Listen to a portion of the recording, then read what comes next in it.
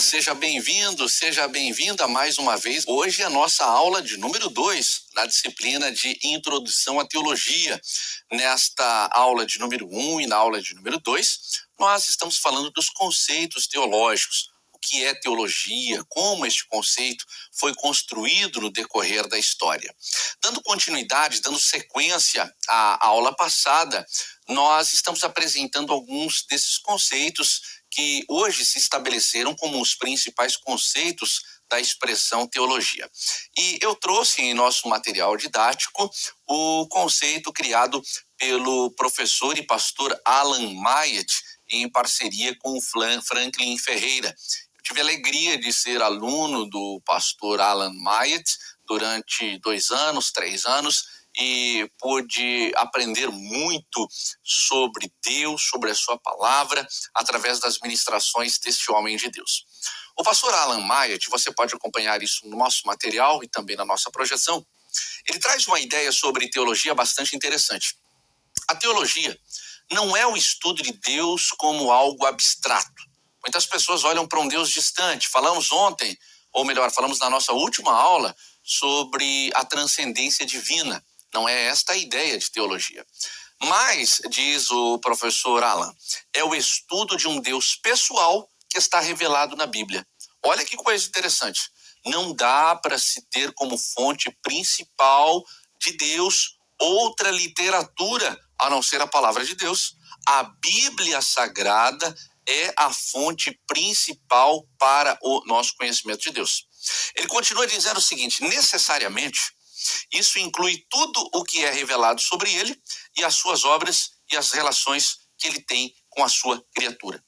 Nós conhecemos Deus na sua plenitude? Não, isto é impossível.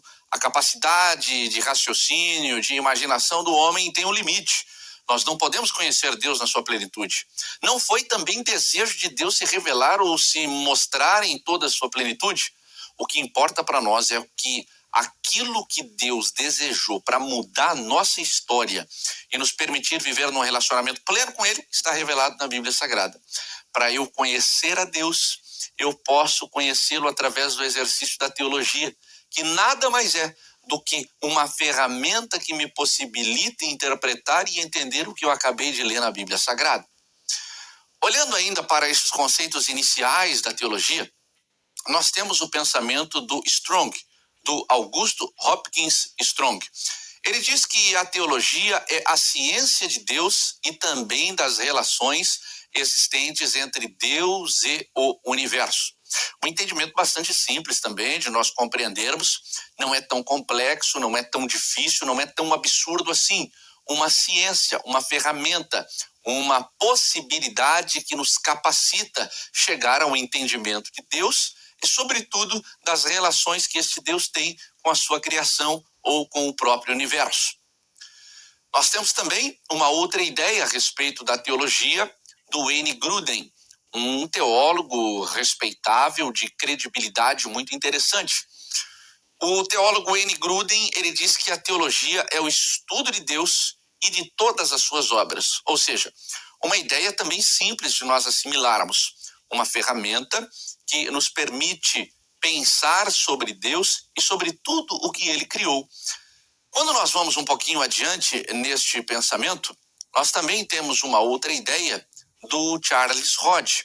E eu apresento, você acompanha aqui na nossa projeção, uma sugestão de leitura bastante interessante, que é a Teologia Sistemática do Hodge.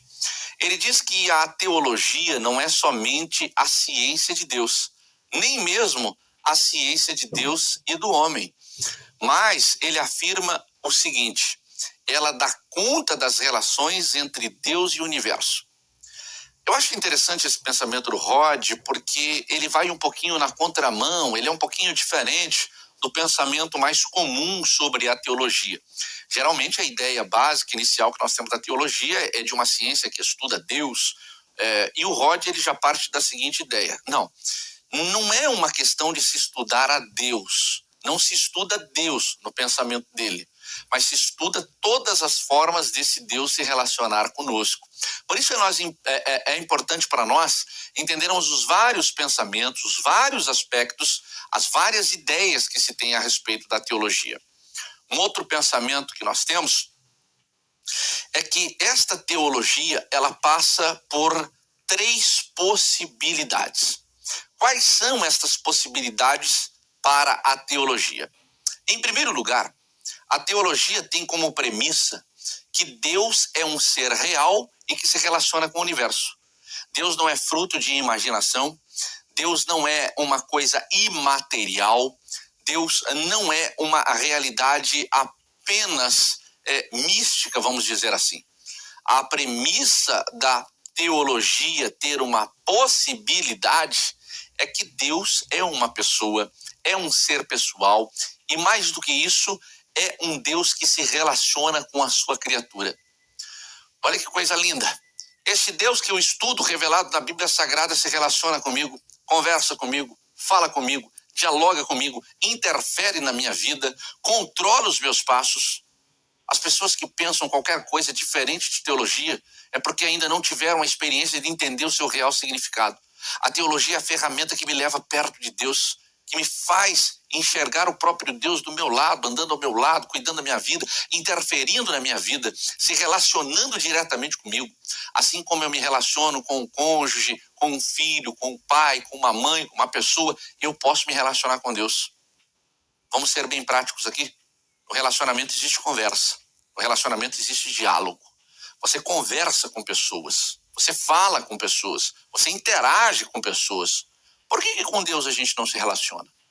Quantos de nós, quando estamos alegres, tomados pelo Espírito Santo, não entramos no nosso carro, no nosso automóvel, começamos a conversar com Deus?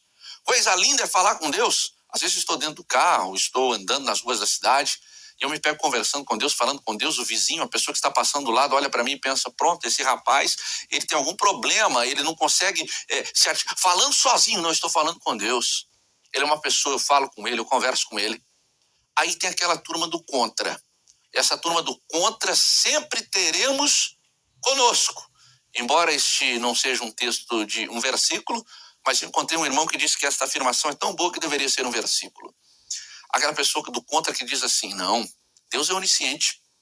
E uma das características da onisciência de Deus é que ele conhece, ele sabe de todas as coisas na sua plenitude. Então, se ele sabe de todas as coisas, eu não preciso falar com ele. Existe uma denominação que, por uma questão ética, eu não vou citar o seu nome aqui, com sede na cidade do Rio de Janeiro, uma grande estrutura denominacional, onde o seu líder religioso ensina para os seus crentes que eles não precisam orar. E ele faz uma análise, uma interpretação da carta do apóstolo Paulo aos Tessalonicenses, orai sem cessar, que em todo momento, 24 horas por dia, nós estamos orando. Se nós estamos orando de forma que não tenha uma pausa, não tenha uma parada, obrigatoriamente eu estou falando com Deus a todo momento. Se eu estou falando com Deus e ele é onisciente, eu não preciso parar, abrir minha boca e falar com Deus, conversar com Deus. Um absurdo, uma heresia. Pensamento completamente equivocado daquilo que foi estabelecido pela palavra de Deus. Deus, como um ser real, verdadeiro, pessoa, conversa comigo. E aqui tem um detalhe interessante.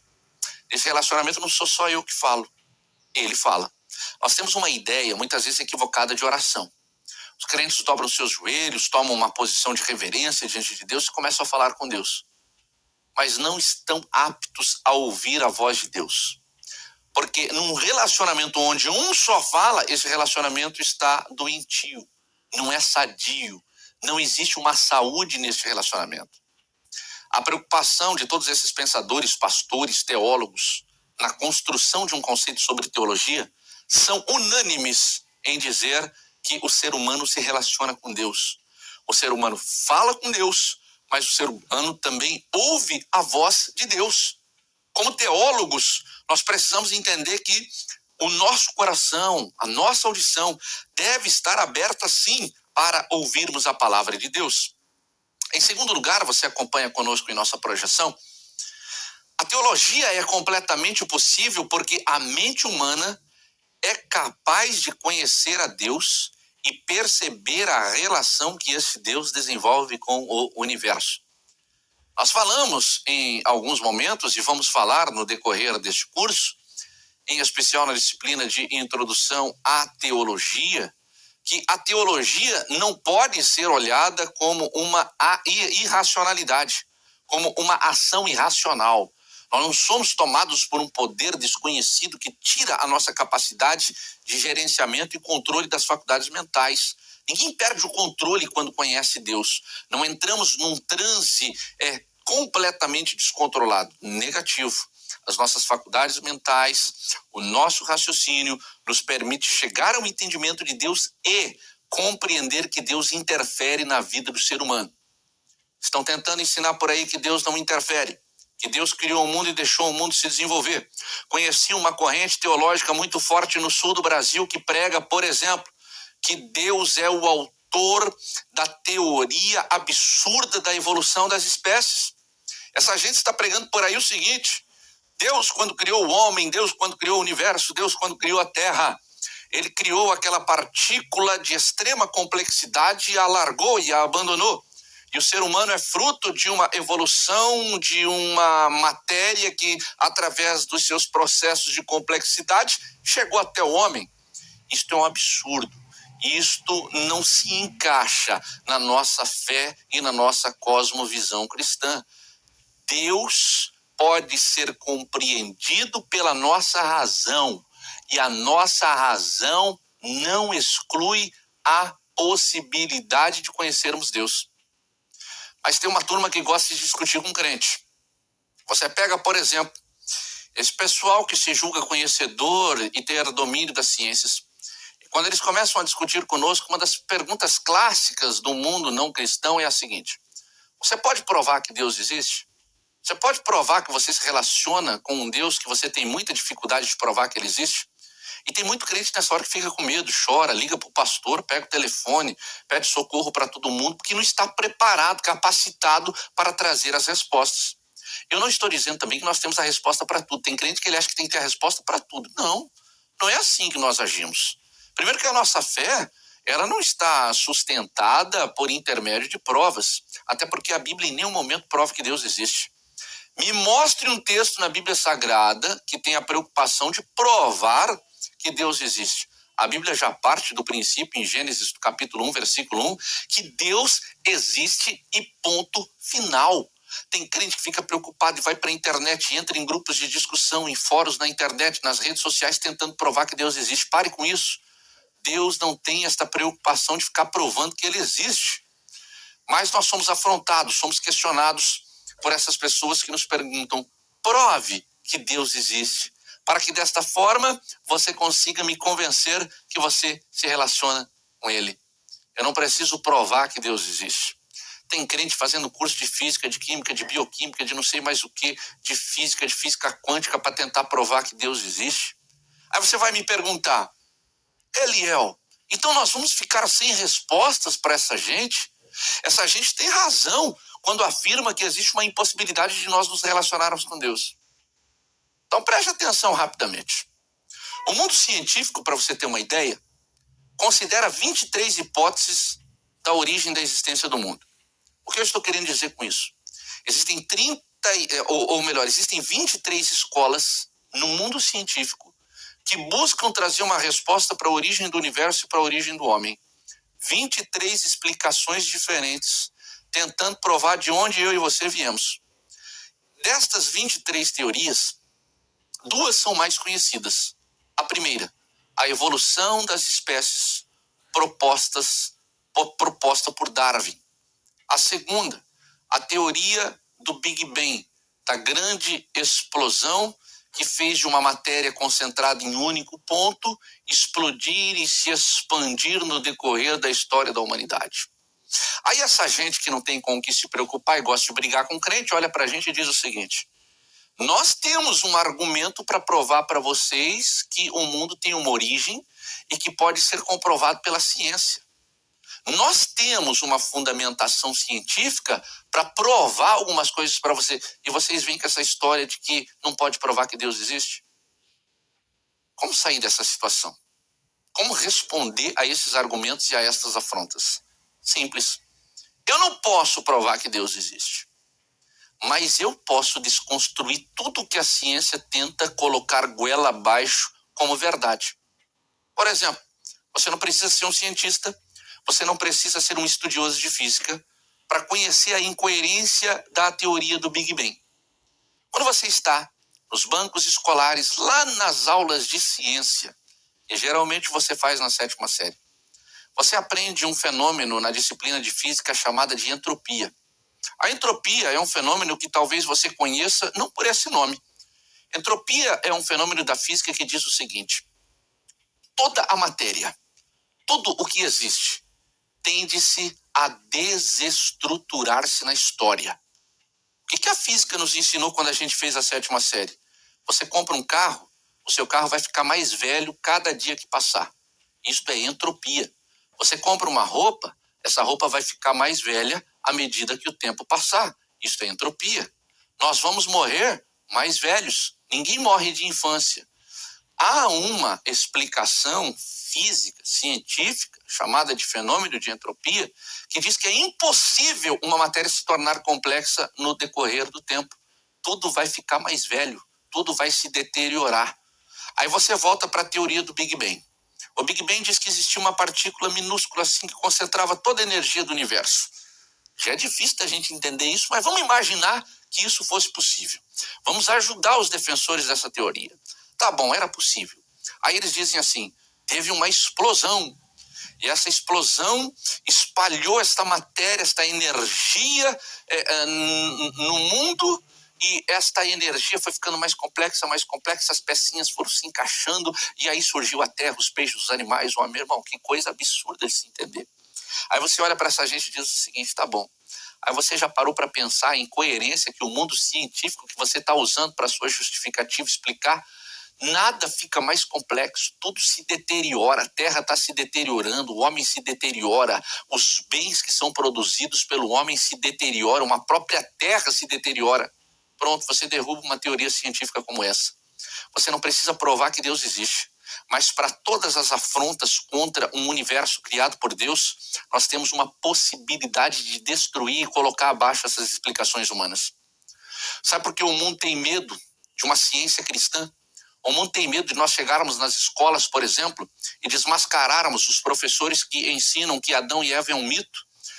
Eles têm medo de nós chegarmos nas escolas e provarmos a inconsistência do ensinamento do evolucionismo de Darwin.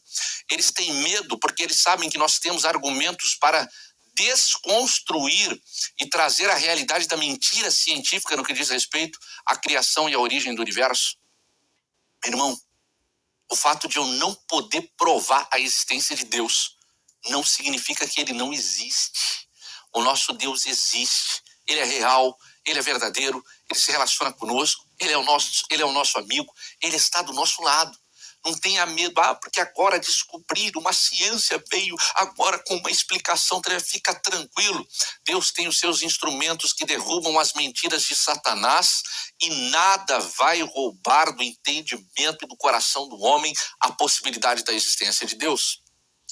Ainda olhando para essas possibilidades teológicas, nós observamos, em terceiro lugar, que a teologia, ou o exercício, a ação teológica, ela é plenamente possível porque Deus provê a sua revelação. João, no capítulo 17, versículo de número 3, e Efésios, no capítulo de número 1, versículo de número 17, a palavra de Deus é muito clara quando diz isso. Vamos dar uma olhadinha em Efésios, no capítulo de número 1, versículo 17, carta do apóstolo Paulo aos Efésios, no capítulo de número 1, versículo de número 17, nos diz exatamente assim: para que o Deus de nosso Senhor Jesus Cristo, o Pai da glória, vos dê em seu conhecimento o espírito de sabedoria e de revelação. Deus provê, Deus dá esta possibilidade para que nós possamos chegar ao entendimento da sua própria existência. Vamos dar uma olhadinha no Evangelho segundo João, no capítulo de número 17, versículo de número 3. Evangelho segundo João, no capítulo de número 17, versículo 3, a Bíblia diz assim: e a vida eterna é esta, que conheçam a ti só por único Deus, verdadeiro, e a Jesus Cristo, a quem enviaste. A teologia é possível porque Deus é um ser real. A teologia é possível porque a nossa mente pode compreendê-lo. A teologia é possível Porque o próprio Deus coloca à nossa disposição a sua palavra, nos revelando de forma direta e de forma pessoal. Isto é lindo quando nós falamos em teologia.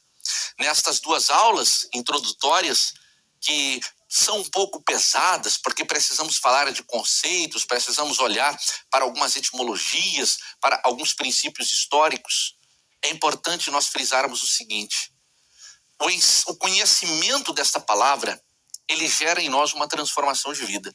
Essa transformação de vida, consequentemente, nos permite influenciar o lugar onde nós estamos. Sabe por que você está fazendo esse curso? Você não está fazendo esse curso para acumular conhecimento, porque você poderia ter escolhido qualquer curso no ambiente virtual para fazer. Quem sabe você poderia ter escolhido um curso numa condição financeira mais razoável do que essa que você resolveu investir. Deus te colocou neste curso para que você tenha conhecimento da sua palavra, seja transformado pelo poder dessa palavra, mas compartilhe esta teologia com o mundo que não conhece a palavra de Deus. Quando nós lemos um texto interessante na Bíblia, que está posicionado no segundo livro das Crônicas, no capítulo de número 17, eu gostaria de convidar você a abrir a sua Bíblia, no segundo livro das Crônicas, capítulo de número 17, no versículo de número 7, até o versículo de número 10. Segundo livro das Crônicas, capítulo de número 17, versículo de número 7 até o versículo de número 10.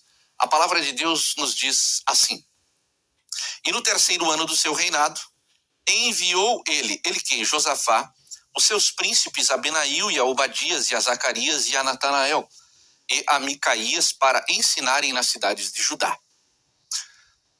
Preste atenção nesse texto que você acabou de ler comigo no segundo livro das Crônicas, no capítulo de número 17, versículo de número 7. Josafá, que é o governante do povo de Deus, ele, no terceiro ano do seu reinado, junta os seus melhores homens. O texto que nós acabamos de ler diz que ele juntou e enviou diante do seu povo os seus príncipes para fazerem o quê? Ensinarem em Judá. Olha que coisa interessante. A prática do conceito que nós acabamos de ver nessas duas aulas, a prática da teologia, consequentemente nos leva ao ensinamento da palavra de Deus. Eu amo este texto do segundo livro das Crônicas e julgo ser um referencial fundamental para a prática do ensino da palavra de Deus. Josafá, como governante do povo de Judá, poderia ter tomado outras iniciativas, quem sabe reunido este povo em um grande ajuntamento comunitário. Não. Ele escolheu os seus melhores. Ele escolheu os seus príncipes e deu uma ordem muito direta para eles: vocês vão sair pelas ruas de Judá ensinando as palavras do Senhor nosso Deus. Olha que coisa interessante. Você está neste curso porque Deus conta com a sua disponibilidade de dividir e compartilhar aquilo que você está recebendo da parte de Deus. Teologia é isso. Teologia não é eu mergulhar num quarto escuro, trancado, fechado, adicionando conhecimento, me inchando de conhecimento. Não. Teologia é uma transformação, porque eu não tenho moral para falar em transformação se eu não fui transformado. Não queira sair por aí abrindo a sua boca para ensinar uma palavra que não mudou a sua vida. Em nome de Jesus, tenha consciência de que você foi chamado para ensinar aquilo que você experimentou. Quando Josafá chama os seus homens, ele chama os melhores. O texto fala em príncipes e dá uma missão para eles: saiam e ensinem aquilo que vocês já foram influenciados. Se você ainda está com a sua Bíblia aberta no segundo livro das Crônicas, no capítulo 17, o versículo de número 8 traz uma listinha. E tem crente que não gosta de lista de nomes de jeito nenhum na Bíblia Sagrada. Eu já vi muitos crentes que chegam para mim e dizem assim: Eliel, a gente não gosta muito de ler a Bíblia, porque quando chega ali no livro das Crônicas, é um nomezinho embaixo do outro, assim, aí eu pulo aquela parte, porque aquilo ali não quer dizer nada com nada para mim.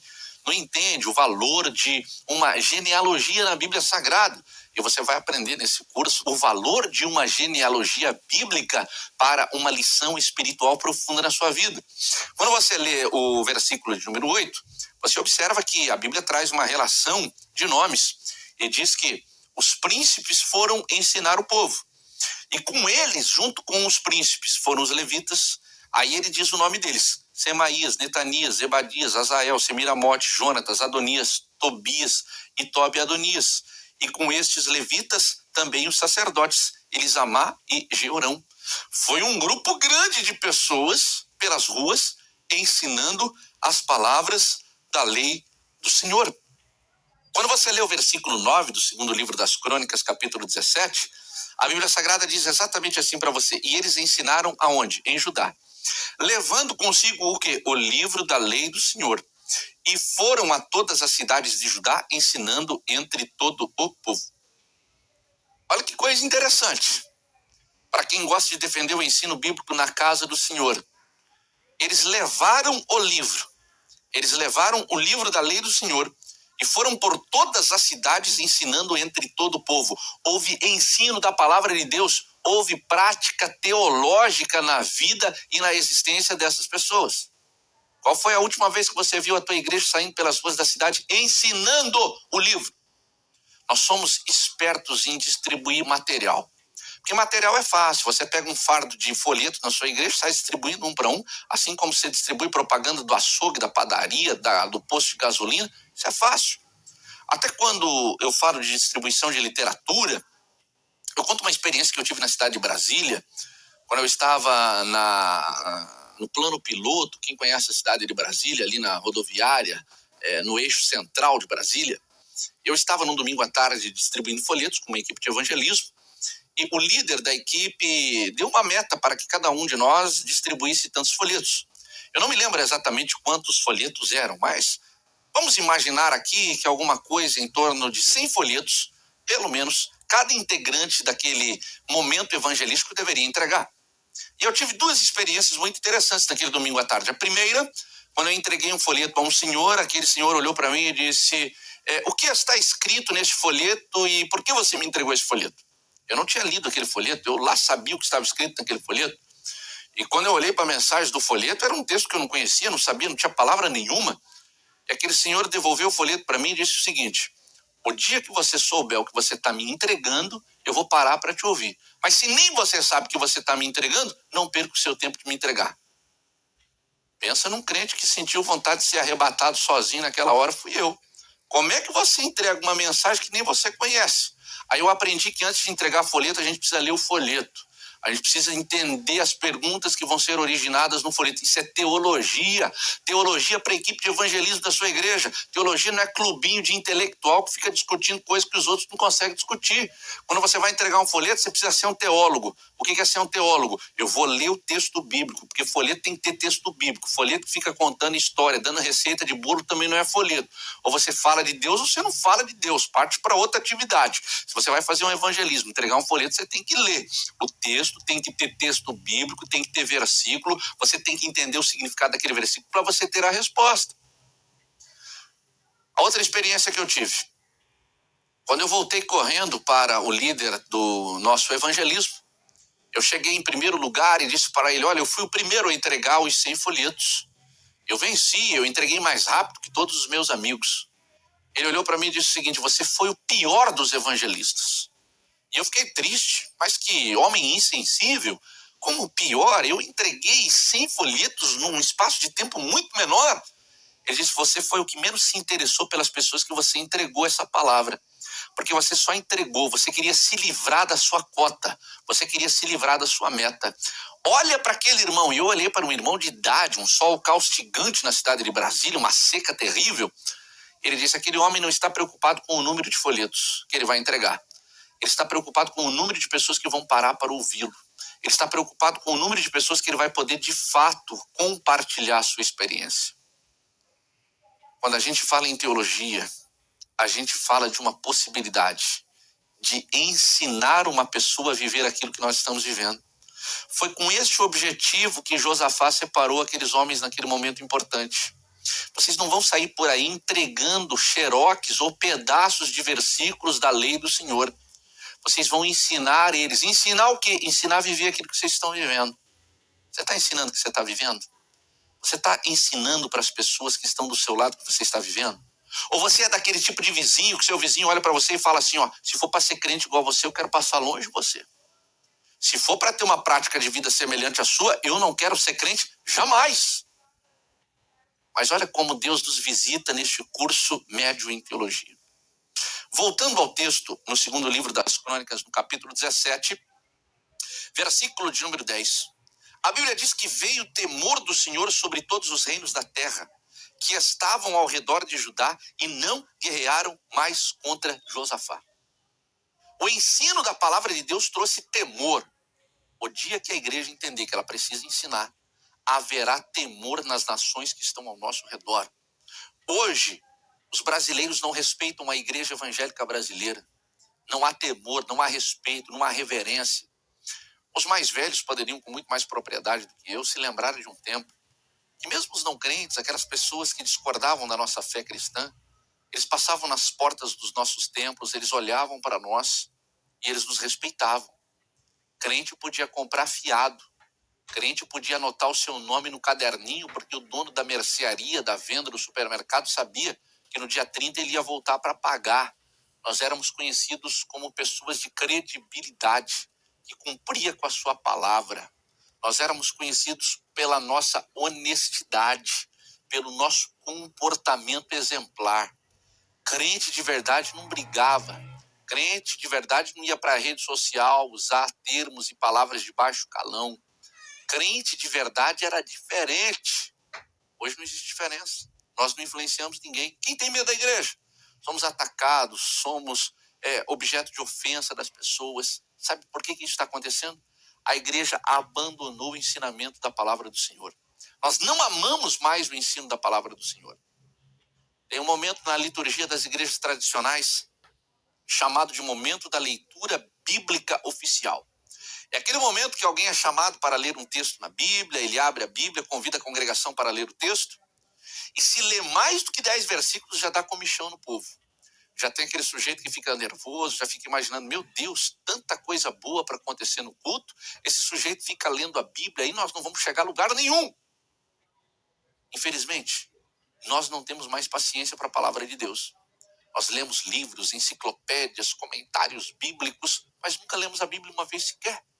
Eu conheci um irmão na cidade do Rio de Janeiro, que estava testemunhando num culto de ensino da sua igreja, que ele havia lido a Bíblia muitas vezes. Eu não me lembro exatamente, mas era um número absurdo, algo superior a 50 vezes. E a igreja eufórica começou a glorificar a Deus, e as pessoas olhavam para o lado, para o outro, e diziam, olha que coisa linda, ele já leu a Bíblia mais de 50 vezes. Eu era um adolescente, o pastor que estava do meu lado olhou para mim e disse assim, Eliel, era melhor ele ter lido uma vez só e colocado em prática na vida dele, do que ter lido 50 vezes e nunca ter colocado em prática o que ele leu.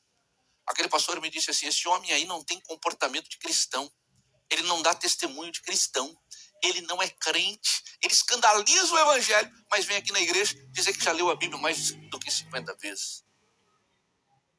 Mais importante do que você ler a Bíblia 50 vezes, vale a pena você ler a Bíblia uma vez só e acreditar que os ensinamentos da sua palavra podem transformar o seu coração e a sua vida de forma real. Podem verdadeiramente escrever uma nova história na sua vida. Um dos cultos que eu jamais vou me esquecer para o resto da minha existência foi realizado no templo central de uma igreja na cidade de Porto Alegre, no estado do Rio Grande do Sul.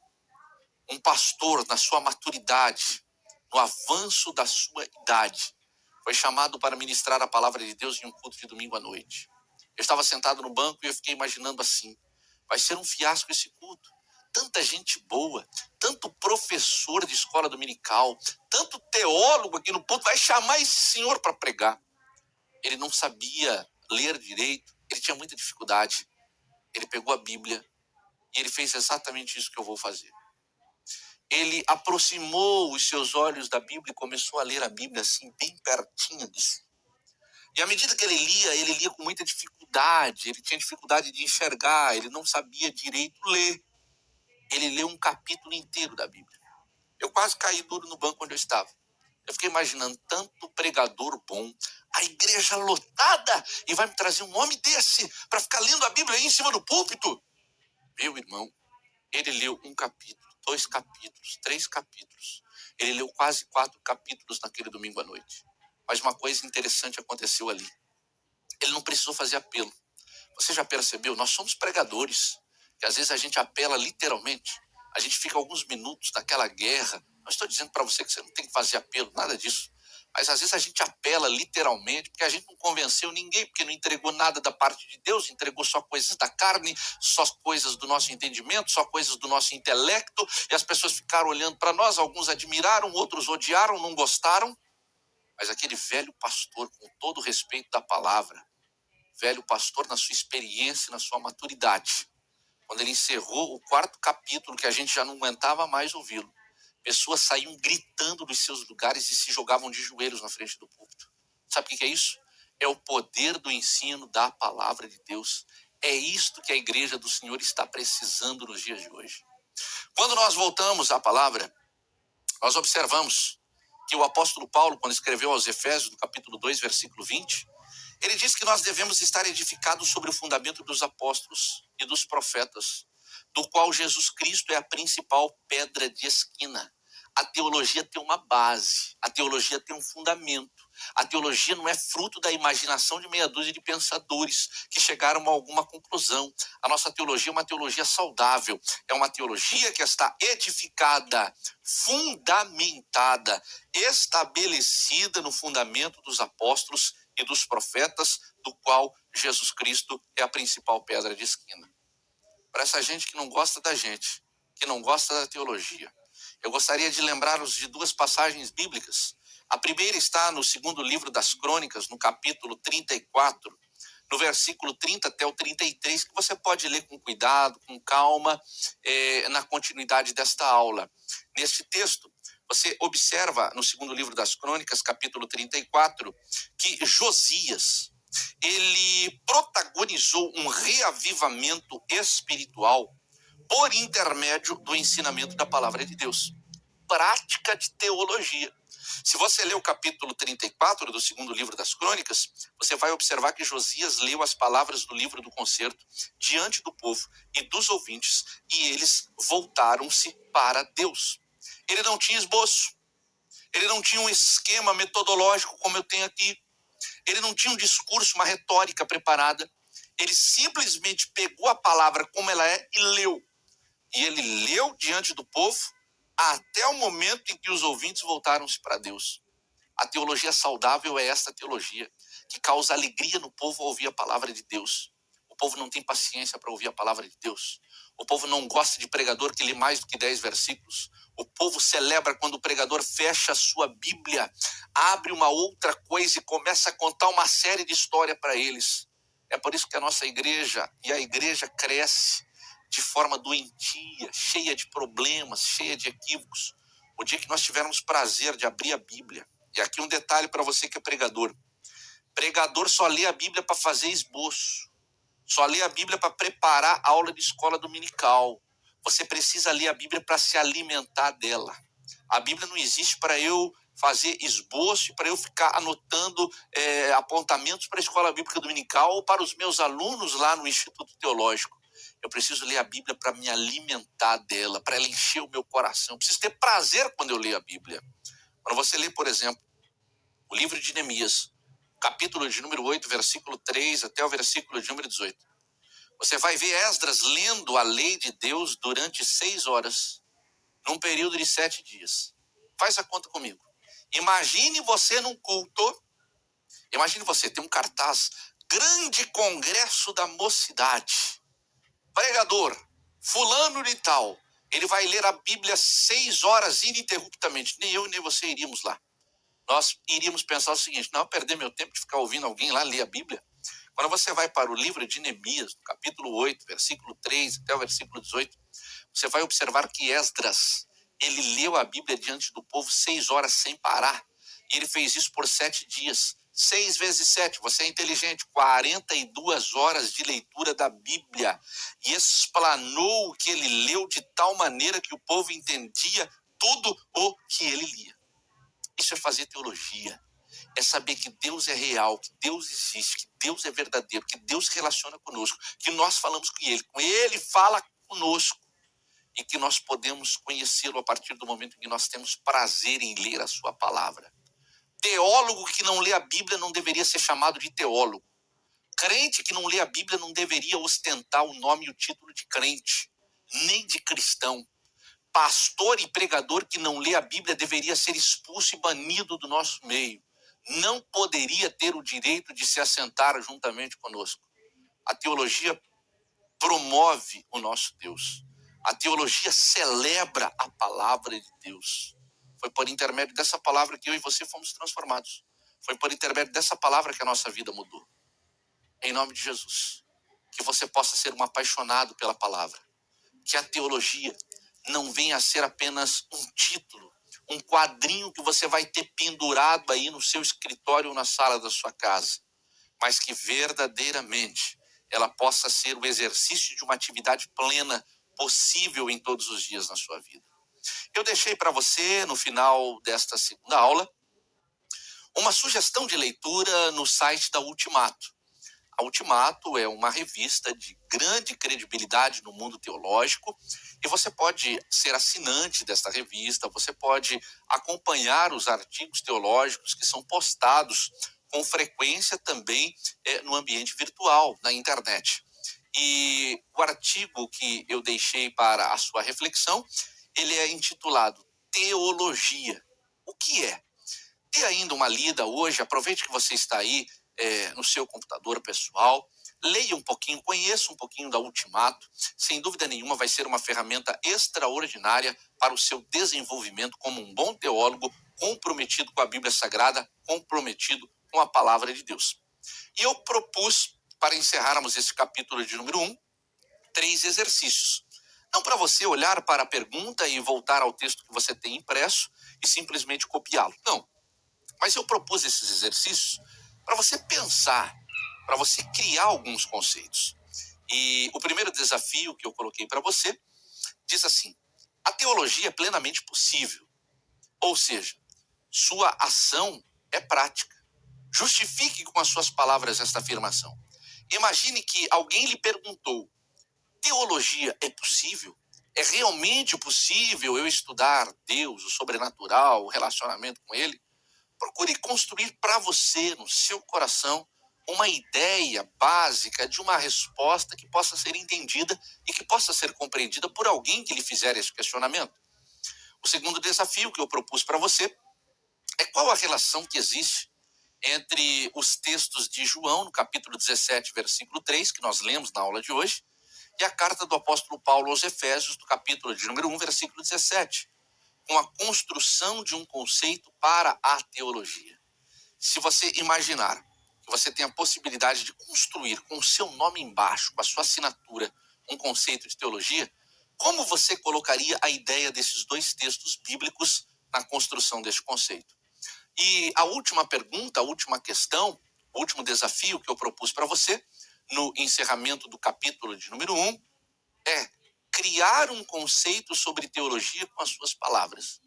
Você teve a base de muitos teólogos conhecidos que entraram para a história, mas se alguém lhe perguntar na igreja, imagine uma criança, eu gosto de pensar nas crianças, porque as crianças nos fazem perguntas desafiadoras e nós precisamos ensinar para elas através de uma linguagem que elas entendam e que elas possam compreender de forma plena. Eu me lembro que, há algum tempo, uma criança chegou para mim e disse: pastor, uma criança, um menino de 5, 6 anos de idade, o que é concupiscência? Como você vai explicar um termo como esse para uma criança de 5, 6 anos de idade que nem sabe o que ele está fazendo aqui no mundo ainda? Mas nós precisamos daí, nesse momento, primeiro, não deixar essa criança sem resposta.